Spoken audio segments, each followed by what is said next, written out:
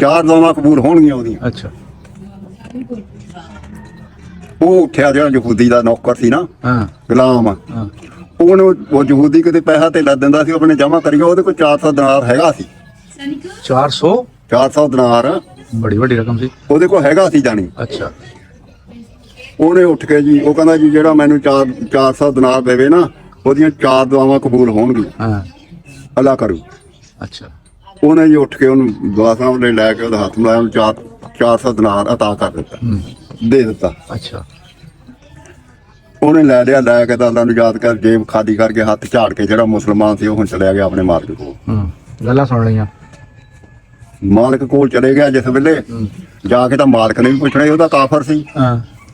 ਉਹਨੇ ਕਿਹਾ ਬਈ ਸੁਣਾ ਕਿੱਦਾਂ ਹੋਈ, ਬਈ ਕੀ ਤੁਹਾਡੇ ਆਲਮਾਂ ਨੇ ਵੱਡਿਆਂ ਨੇ ਸਾਹਬਾ ਕਰਾਮ ਨੇ ਕੀ ਗੱਲਾਂ ਬਾਤਾਂ ਕੀਤੀਆਂ, ਕੀ ਕੋਈ ਉੱਥੋਂ ਕੋਈ ਗੱਲਬਾਤ ਲਿਆ ਵੀ ਆ। ਹਾਂ ਹਾਂ।